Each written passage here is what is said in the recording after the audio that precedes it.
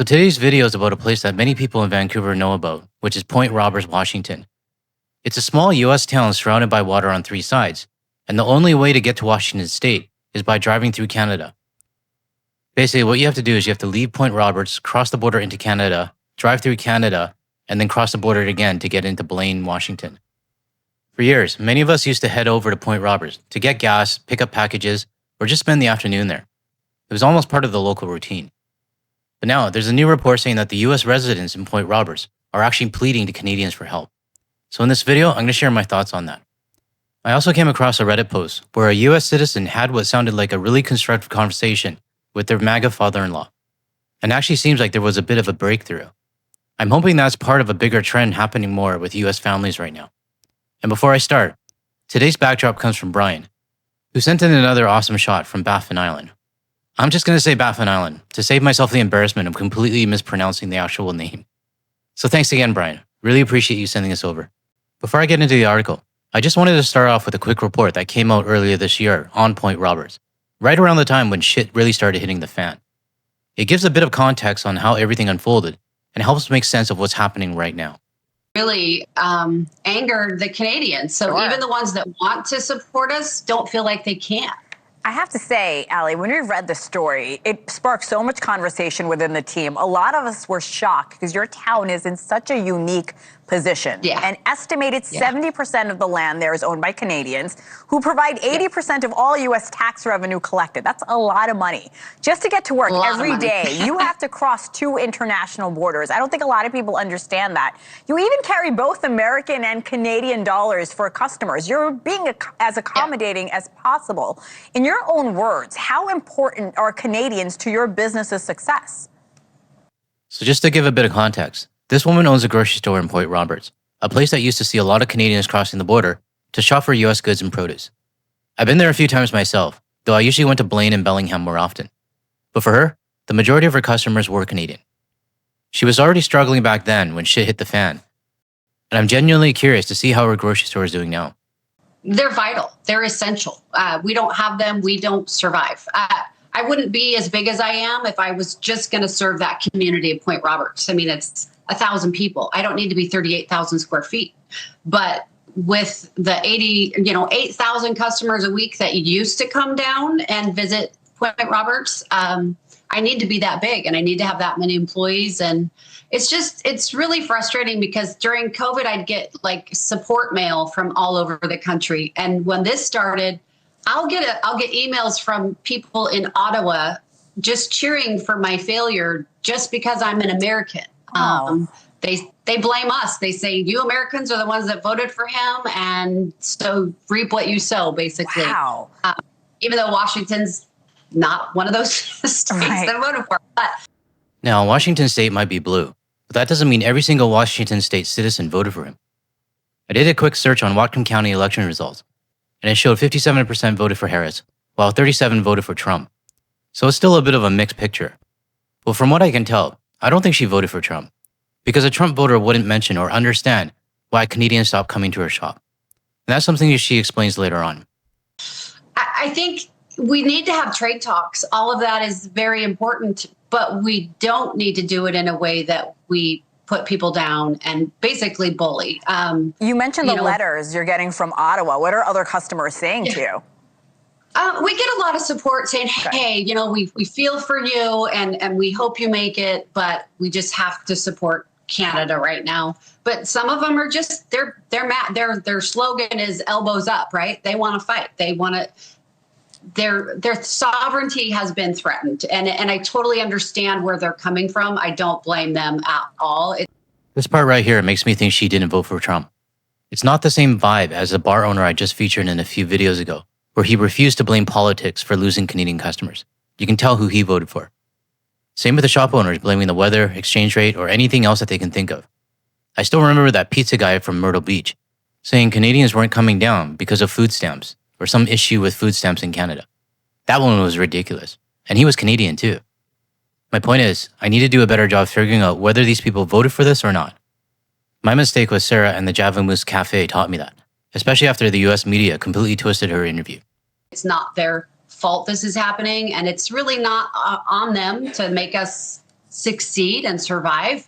But we do. We need them. We get our water from them. Our sewer goes there. We get our power from them.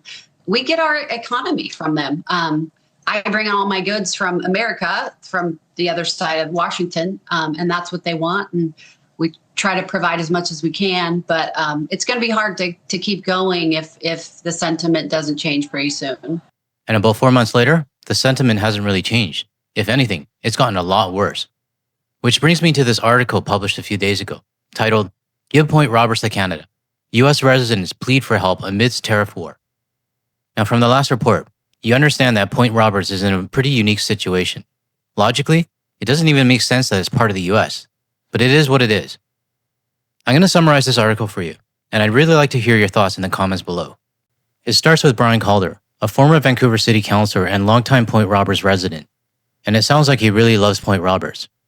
But he also describes that the town is economically collapsing, and his main solution? He thinks it's time for Point Roberts to join Canada. Now, I understand why he's saying that. You have to know how unique Point Roberts really is. If they're getting the water and sewer from Delta, it makes sense.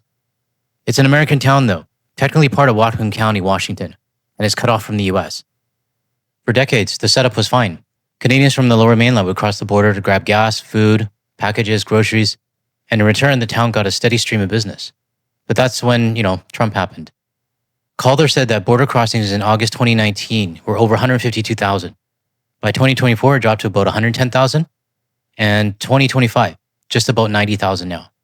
That's a huge decline. He brings up the point on how dependent Point Roberts is on Canada. They get their drinking water, power, septic treatment, and even fire assistance from Canada. They don't even have a pharmacy, doctor, dentist, or even a high school. He says the community has never recovered from the COVID, and the 2025 tariff war just hit them with another 20%. So yeah, this place is struggling. But does it mean Canada should take them? Now, this is just my opinion, but my opinion is no. Point Roberts is an American problem, and it needs to be an American solution. It's not Canada's job to fix the economic damage caused by Trump's tariffs, trade policies, or border chaos. Canada has already done more than enough for that community. We supply their water, power, essential services, and we've done that without even asking for anything in return. If the US government wants to neglect its own towns, that's on them. We're not the ones here to clean up their mess. And let's not forget, Trump threw a temper tantrum over a TV ad. What do you think his reaction would be if we were to claim Point Roberts? Calder did mention the idea of becoming an international park, or even being annexed by Delta. If you're unfamiliar with Delta, it's a city in the Lower Mainland.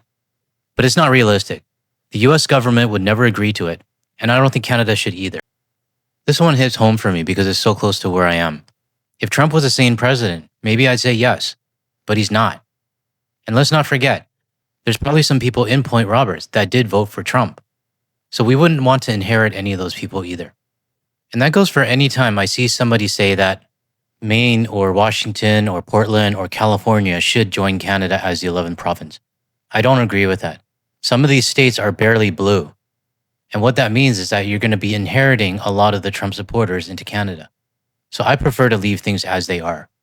So I do feel for the residents there, like Brian Calder, who clearly cares about his town. But Canada doesn't need to adopt Point Roberts. We've already done our part. Now it's up to the US to figure out how they're going to take care of Point Roberts. Let me know in the comments if you agree with me on this, or even if you disagree. Now I want to move on to this Reddit post I came across, where someone seemed to have an actual breakthrough with her soon-to-be father-in-law, who's probably a MAGA.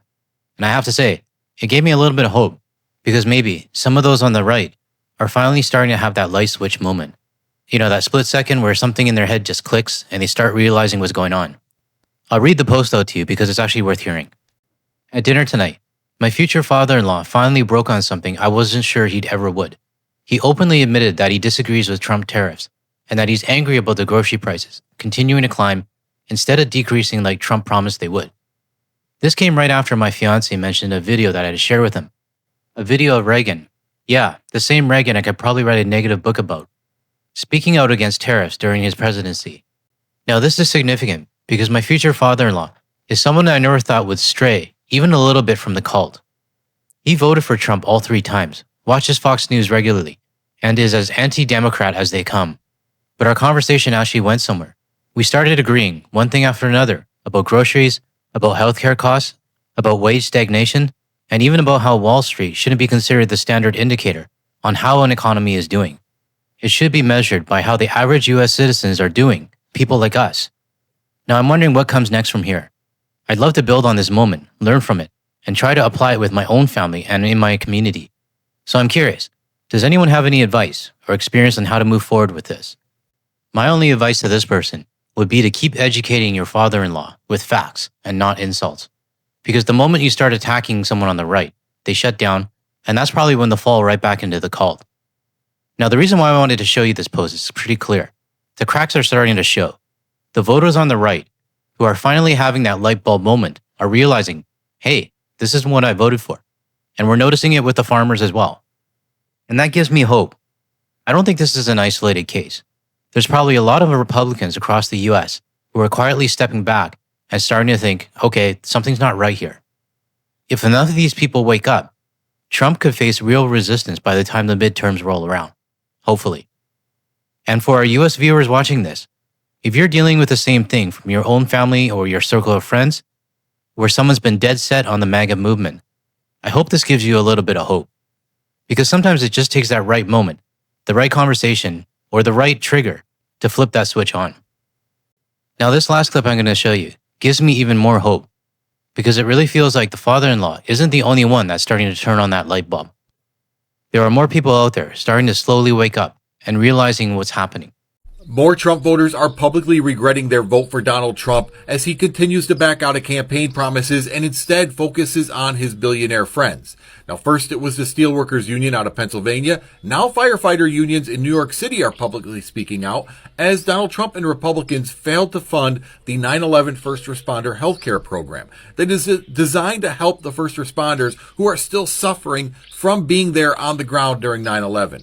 Now, you can say that Donald Trump had nothing to do with that, but understand Republicans took that out of the funding bill under direction from President-elect Trump and Elon Musk. Now, so far, Donald Trump has only focused on delivering for his billionaire buddies and nonsense such as Greenland, Canada, Mexico, Panama, all this stuff that he didn't talk about. Not once have you heard him talk about lowering gas prices, lowering grocery prices, your energy bill, etc. All the things he promised during the campaign, he is backing out of because he only cares about one person, himself, and the people who paid to get him elected. I'm not giving up hope that the US won't eventually turn things around. It might take a while, but I think people will wake up. Now, I'll admit, I've had those moments where I just think, you know what? Forget it. Your problem, your mess. Don't bother us. But in the grand scheme of things, a broken and divided United States ends up hurting everyone, including the rest of the world. Does that change my stance on the boycott though? Not one bit. My view has permanently changed. But still, it would be nice to see our next door neighbors stop fighting with themselves every single day and every single hour. We just want peace and quiet on our side. Doesn't mean I have to talk to them though. If you found this video helpful, hit the like and subscribe button to get this message out to more people. And share it with your friends as well. And if you're still here and you want to see more of my videos, check out the ones that are popping up on your screen now. I thank you for watching, and I'll see you in the next one.